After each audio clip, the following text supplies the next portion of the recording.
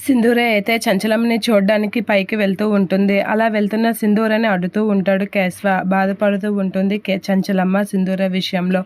ఇక నేను అత్తమ్మని చూడాలి, హాస్పిటల్కి ఎలాగో అత్తమ్మ రాలేదు, నేను ఇప్పుడు అత్తమ్మని చూడాలి అని సింధూర అనేసరికి అత్తమ్మని చూడడానికి వీల్లేదు అని చెప్పేసి కేశవ చాలా గట్టిగా అంటూ ఉంటాడు.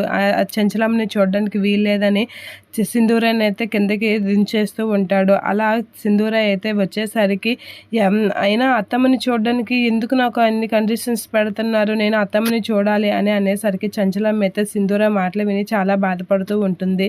ఎవరు అడ్డినా సరే నేను అత్తమ్మని చూసే తీరుతాను, ఎవరు అడ్డినా నేను ఒప్పుకోను అని చెప్పేసి నేను ఖచ్చితంగా అత్తమ్మని చూస్తాను అని సింధూర అయితే అంటూ ఉంటుంది. అలా అనేసరికి సింధూర అయితే చాలా దినిగా పైకి వెళ్తూ ఉంటుంది. అలా పైకి వెళ్తున్న సింధూరని ఆగు అని చెప్పేసి అంటూ ఉంటాడు. నిన్ను చంచలమ్మతో చూడడానికి ఆపింది మేము కాదు అని చెప్పేసి అంటూ ఉంటాడు. ఆ మాటలకి సింధూర షాక్ అయ్యి అలా చూస్తూ ఉండిపోతూ ఉంటుంది.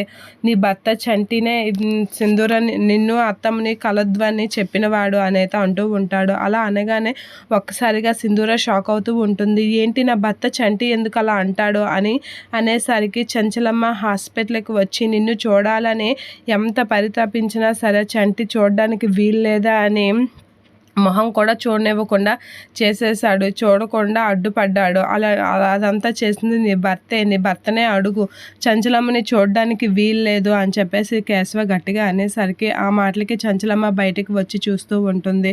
అలా చూసేసరికి సింధూర అయితే చంచలమ్మని చూస్తూ ఉంటుంది. అలా చంచలమ్మని చూస్తూ ఉంటుంది. ఇక కేశవ అయితే చంచలమ్మని ఈ రోజు నుంచి నువ్వు కలవడానికి వీల్లేదు, అదంతా దానంతటికి కారణం చంటి వల్ల నువ్వు మీ చంచలమ్మ ఇద్దరూ కలవకూడదు అని అయితే కేశవ